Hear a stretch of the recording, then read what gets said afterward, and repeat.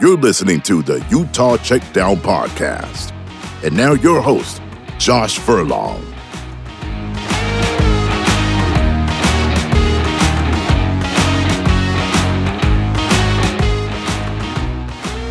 Welcome back to another edition of the Utah Checkdown Podcast. I am Josh Furlong. Happy to be back with you again. It's game week.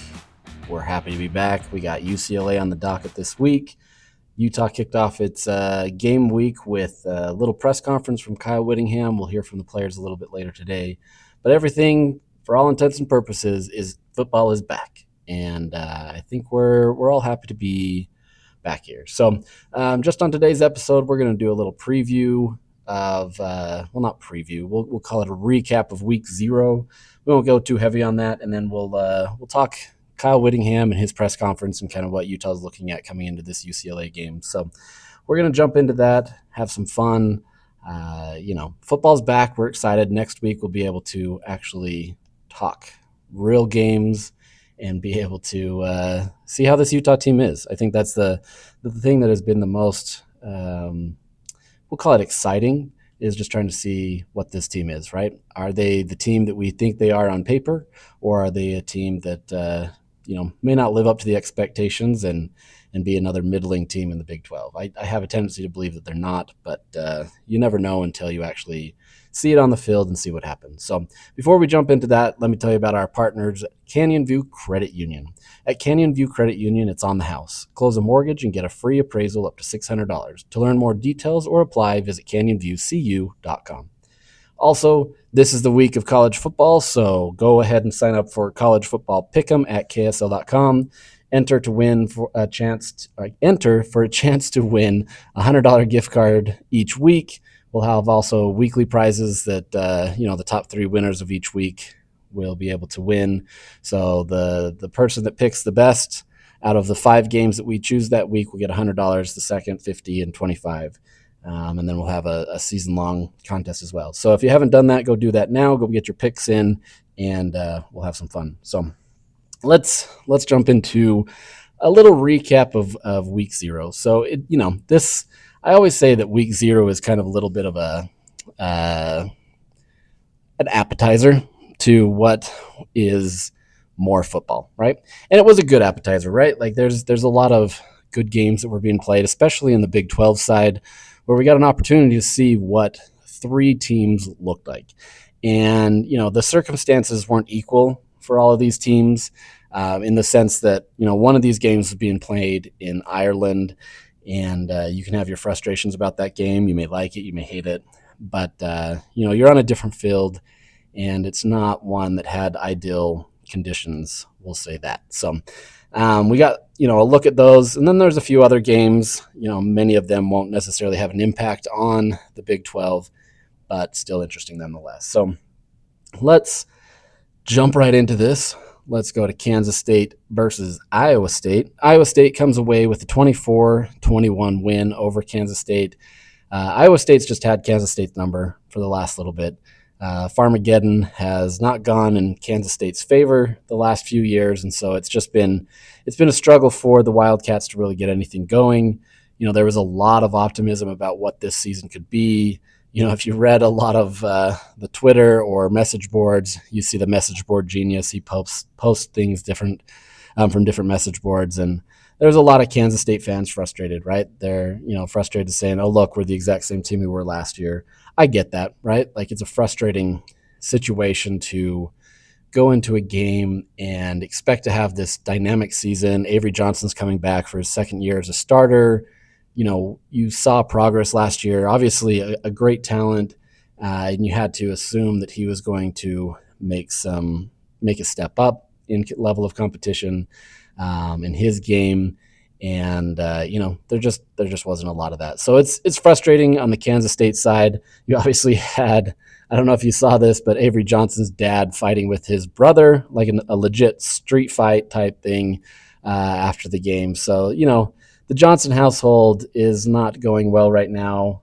Kansas State is not in a good state right now. So, rough situation. But this game, it's played in Ireland. I love the novelty of it. I think it would be a great opportunity for teams to be able to do it, especially if you don't have to worry about it taking away one of your home games. But at the same time, it's losing the full college football atmosphere by going to a place that, that's just not it, right? Soccer is what they're doing, or golf, or whatever it may be in Ireland. And so it's losing some of that appeal. Honestly, like I tweeted this during the game, the field conditions didn't look great. You could barely even see the lines. It's just not a great environment to be able to start a college football season off with. And so for those purposes, I just think it's not that great to have these international games. Now you can convince me, and if Utah was in this situation, I'd love a trip to Ireland. So don't get me wrong, but I just think there's something about the college game that should be embraced in the college, arena, right? And with that said, more so in the sense of what that means to the fans. You can go to these bowl games, right? Like you can go to like Allegiant Stadium, for example, and have those, and those are fun. And I think those are at least have a little bit more regionality to it in terms of still being in the United States. But having a game played, across the world essentially in not great conditions is tough. So, I'm not going to say it's not a good environment, but at the same time, it's one of those situations that doesn't always work as well. So this is a game that, it started out chaotic. There was a lot of turnovers, a lot of defense essentially in this game early, especially in that first half. It was just a game that, it looked like a week 0, week 1 type game. All these type of games, I think every fan is excited to come in and say, oh, my team's going to be so good and we've made all these changes. But week 1 is just kind of figuring yourself out, right? You don't really understand who you have yet, especially in this era of the transfer portal. And so it takes time. And it looked like that. It looked like that for sure in this game. But in the end, like it really felt like Iowa State just had the upper hand the whole time, right? Like they had their own problems, and it wasn't perfect on their end by any means. Kansas State's defensive line looked really great on that first series, really made it tough on Rocco Becht. Iowa State found ways to be able to get yardage and kind of do their thing, but it just was one of those games that was a defensive slogfest, not a lot of great consistency. There was not a lot well, to be honest, it took like something like 8 minutes until the first pass completion. So, it was a tough environment, not one that's conducive to really trying to kind of put your best foot forward initially. So it happens.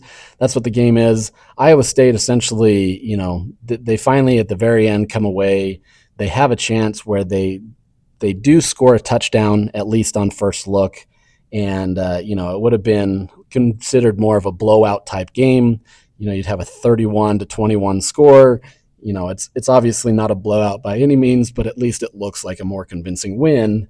And instead, after review, it showed that the ball carrier was literally a fraction of an inch away from a touchdown. And my favorite part of this, though, is how much of a bad beat this is. If any of you watch Scott Van Pelt, you understand what a bad beat is.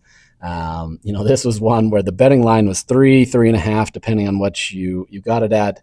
Over under was 51.5, and that touchdown could have swayed a ton of wins or losses in whichever favor. And so, you had some people that were holding on to that line, praying that they didn't score a touchdown at the end, whereas others, if they score a touchdown, you obviously go over the spread.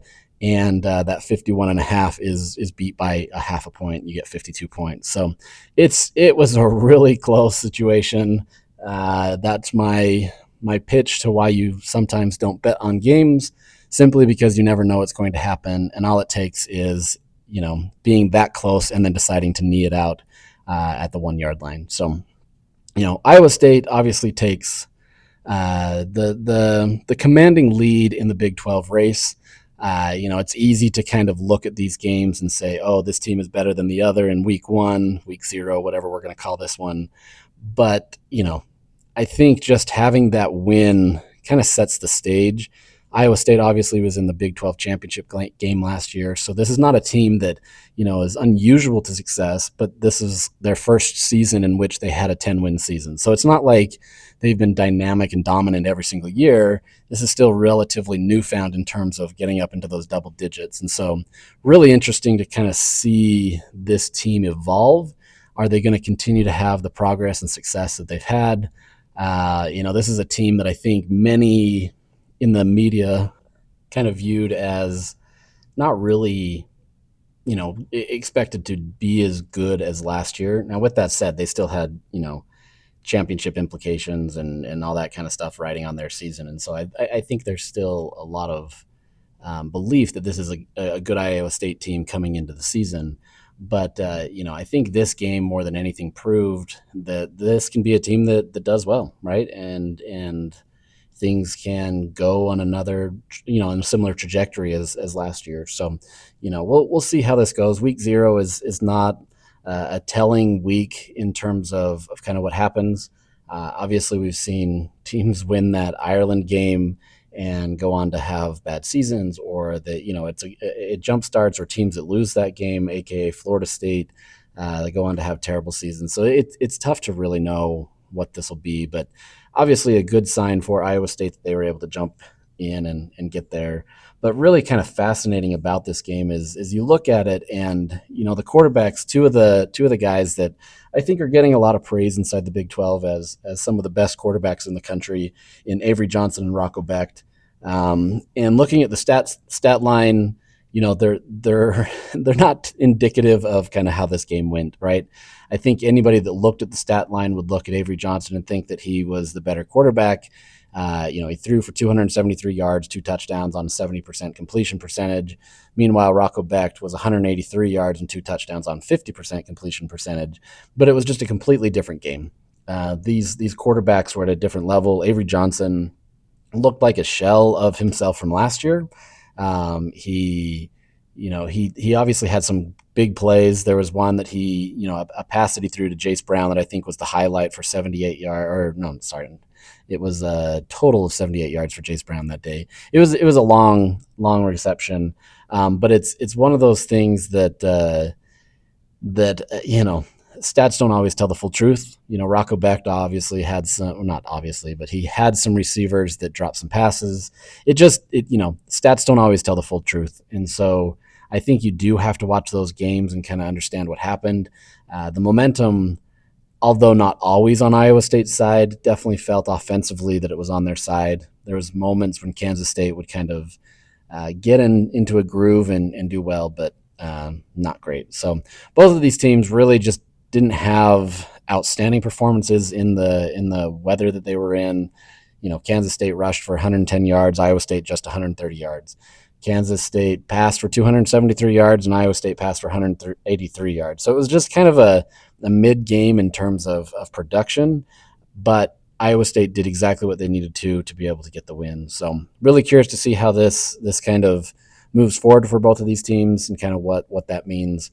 But interesting to have this game played in week 0 with title game implications potentially.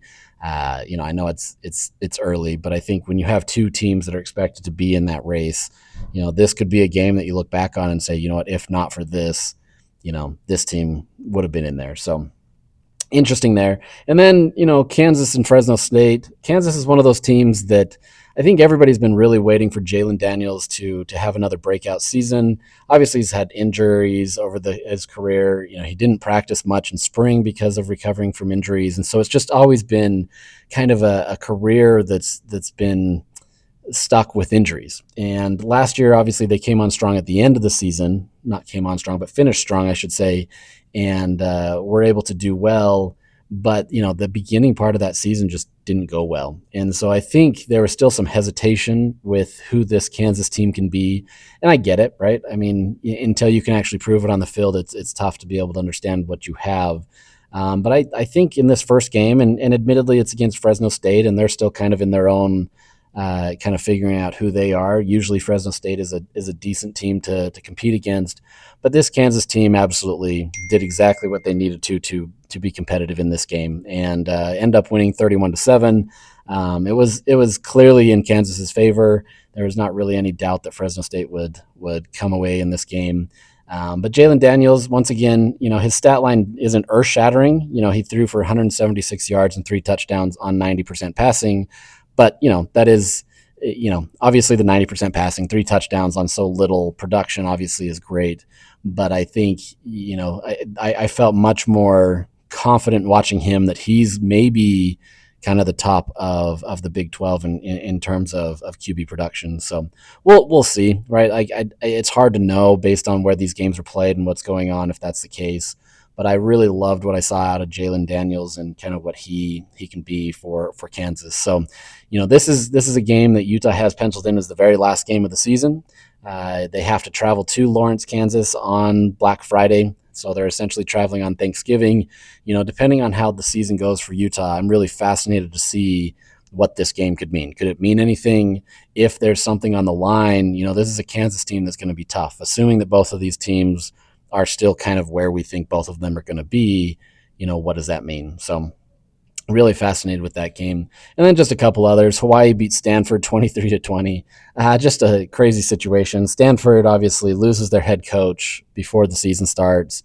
Not really in a good position. Have a lot of players transfer out.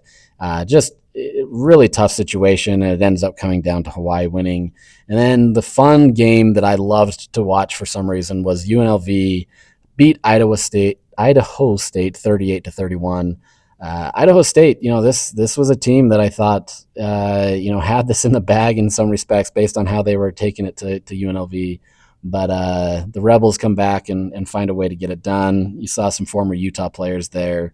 Not a ton of production, but some former Utah players in there. So with that said, let's jump into the week one look. Kyle Whittingham had his press conference this week today. And as was expected, no depth chart was released. Kyle, as you may remember, decided that he didn't want to put a depth chart out. And I don't know if this is gamesmanship just for the UCLA game, and we'll get one later on in the season. But this is just kind of where we're at now with this program. The program has limited a lot of the access that we get as media, and by default gives you less access as a fan because we can't tell these stories. And so it's been a struggle. Not as bad as UCLA is going through it this week or this last few weeks, but every program's evolving and kind of trying to figure out their things. So I'm curious to see how this moves forward. Today's press conference was honestly one of the shortest I've ever been to. It was 10 minutes. They cut us off pretty quick. So I'm hoping that that's not indicative of kind of how the rest of the season goes, because we're already not getting a ton of access, and it's been frustrating. So yeah, I don't know. That's kind of where I'm at right now. It's a little frustrating to kind of have this and not be able to ask a lot of the questions that we need or be able to talk to some of the players that we need to, but this is the world that we live in now. And unfortunately, the university is more interested in its own department in trying to get information out there. So good information it is, but it's tough when we're not able to kind of showcase that. So with that, no depth chart. We've talked about this, not really crazy, but interesting nonetheless. So we'll see how it all shapes up specifically. As a reminder, this week there will not be an injury report because these are not conference opponents. The Big Ten and the Big 12 do have injury/availability reports mandated for their teams, but only in conference games. So you won't see either one of these programs putting this out there. This is two teams that are going to try to hold everything that they possibly can back to not give the other an advantage. And you get it, right? Like neither one of these teams really fully understand what they have on the field, but at the same time, they know more than what they're able to show. And so I think you're going to get as much cloak and dagger type situation as possible this week as these two teams try to hold back as much as they can. And then I'm curious to see kind of how things move forward in the coming weeks. So one of the biggest questions that I have, though, is kind of looking at the offensive identity. And with the offensive identity is more kind of how they're going to establish. We've heard Jason Beck talk about how, the identity can evolve over the season simply because you may go into it having a plan and it doesn't go to plan. And so you have to kind of shift and move and alter it to make sure that you can get to what works. And so Kyle Whittingham talked about it in the sense that, they obviously want to be able to hit in week one in terms of what they feel like is an offensive identity. Obviously, they need to be much better than what they were last year. And assuming Devin Dampier stays healthy, I believe they believe that they have what it takes to be able to do it. But none of that will be known. The reality is here, they're trying to establish the run, right? Like that's what they're going to try to do. This is no secret. They've talked about this. This has been a good way of moving forward in the sense that that's kind of what they've wanted to do. But with that, you've got to be able to have, balance. And so, Kyle had talked about how they feel really good about their offense. They believe that, they have a good game plan going into this to be able to showcase what their identity can be. But at the end of the day, it's going to evolve, right? You won't know until what you have at game day. Utah has a ton of transfer players coming into this program. There's not a lot of holdover or consistency from the year before. Not that there was consistency last year, so not a big loss. But I think they're really focused on kind of trying to hit what they have and believing in what they have. But as he mentioned, there's going to be times where you think that a player is going to be a standout player, and then they just kind of fade to the background when the lights come on. So, are these players that we've talked about or heard about going to be those same guys? Or is it going to be one of those things where, somebody kind of falls back and somebody from the reserves kind of takes a spot. I think there's less of that, but there's still situations there. So curious to see what happens there. But, with this, as Utah tries to establish the run, they need to get wide receiver production. And I've said, a bunch this year that it's not like Utah needs to be lights out in the receiving game, right? It's one of those that they need to be effective, though, or else Utah's in a world of hurt. And Kyle kind of pointed to that a lot today in terms of saying that he believes that teams are going to stack the box because of Devin Dampier's ability. They're going to try to find ways to either keep him in the box and create havoc plays and bring pressures and whatever they can to kind of limit him that way. But they also have to respect that he can run, and so they're trying to figure out ways to be able to limit him that way. And so this is where Utah really needs that passing game to be able to work. They've got to be able to have something that will open that up so you respect it. And so, Kyle talked about Devin being really kind of the impetus in how this team is going to go. If opposing defenses are going to stack the box, which they should, you're going to get a spy on the QB or you're going to get different looks to be able to try to frustrate Devin Dampier. You've got to be able to find ways to be able to not just be one-dimensional, right? Like not just be a full run game. You've got to be able to have something that spreads the ball around. I do think with what Utah is going to do this year, whether that be in the screen game or whether that be, in shorter passes that allows Devin to kind of get the ball out quicker, I think Utah is going to be in a spot where they've kind of manufactured some easier stuff there to kind of relax him, right? You're not going to fully see him going right straight to a designed run immediately. And maybe they do to kind of keep guys on their toes, but I think you're going to see a little bit more of trying to set him up with easier passes to make sure that they can set it up for future. As they continue to develop that, maybe the defense sucks in a little bit and tries to expect the run, and then he beats them over the top with a deep bomb.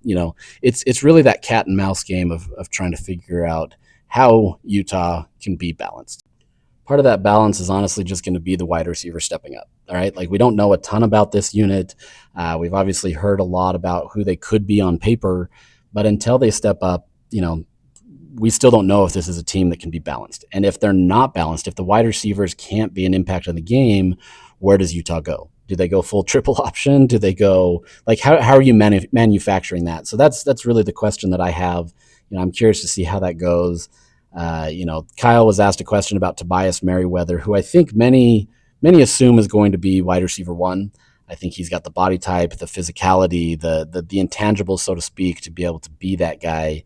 But we'll see. He hasn't fully lived up to that potential from his time at Notre Dame or California yet, but we'll see what he can be But Kyle talked about him. He said, quote, "What we've seen in practice gives us confidence. What we've seen in practice has been very encouraging. But again, you've got to do it on game day." And, no real surprise there. This is a situation where, Tobias has done really well in what he's done in practice, but you've got to be able to produce in the game. And there's seemingly a chemistry with him and Devin Dampier, as well as, some of the other top receivers.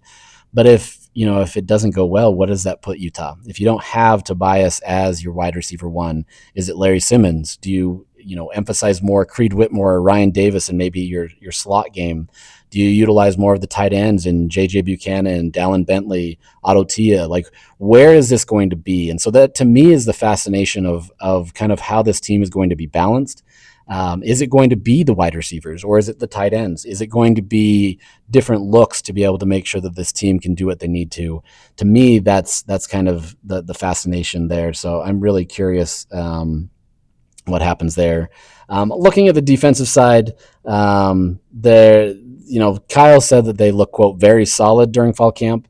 But then he added the caveat that they've struggled against the first team offense at times. He doesn't know if that's a good thing or a bad thing to some extent. We'll see what that means. I have heard that this offense, the first team offense, has been really stacked and solid, and they've been able to do really well at moving the ball. But is that an indication that Utah is really good on the offensive side of the ball and Devin Dampier is great? Or is that one of the things where you've got a defense that's just not really up to snuff and not able to do what they need to? So really curious there. Look, I mean, everybody's fascinated to know what's going on. You need Devin Dampier to stay healthy. You need him to be able to be effective. You need that offense to gel and be able to click, because I think most people expect to be able to get a consistent level on the defensive side of the ball, but we'll see what happens. And then lastly, just them studying UCLA. They have a new offensive coordinator from Indiana, so they've been watching a lot of tape on them. This is a UCLA team that's going through a bunch of transition as well. They went 5-7 last year, and so there's going to be a lot of questions about this team as well. We'll do a deeper dive on this later in the week as I bring on a guest to be able to talk about it. But this is a UCLA team that has a lot to prove as well. Utah obviously has a lot to prove with their 5-7 season, but this is a team that really needs to take hold in the Big Ten. And as it stands, it just doesn't seem like they have enough pieces to be able to be there yet, right? And I'm not saying competing with Penn State, Oregon, Ohio State, Michigan type levels. I think it's just really taking it to that next level to be competitive in the Big Ten. They had some good games last year, but this is a team that's got a lot more questions about it than Utah. And so really curious to see how they manage this. Is the new offensive coordinator good? Is Nico Iamaleava going to be a good quarterback for UCLA? How does he gel not being with the team that long? It's going to be really interesting to see how that goes. So like I said, we're going to get a guest on later this week to be able to discuss this. I've got to run. We've got practice again to go to and talk to players. So, we're going to do a little bit more deeper dive, but this is the last week of not having games. So hopefully we'll be able to do a little bit more deeper dive on some of these things, trying to be able to understand what this Utah team is. Are they going to be good? Are they going to, beat their 5-7 expectations? Are they going to have a higher ceiling? What's it going to be? So with that, we're going to sign out today, and we'll catch you later this week as we preview UCLA. With that, adios.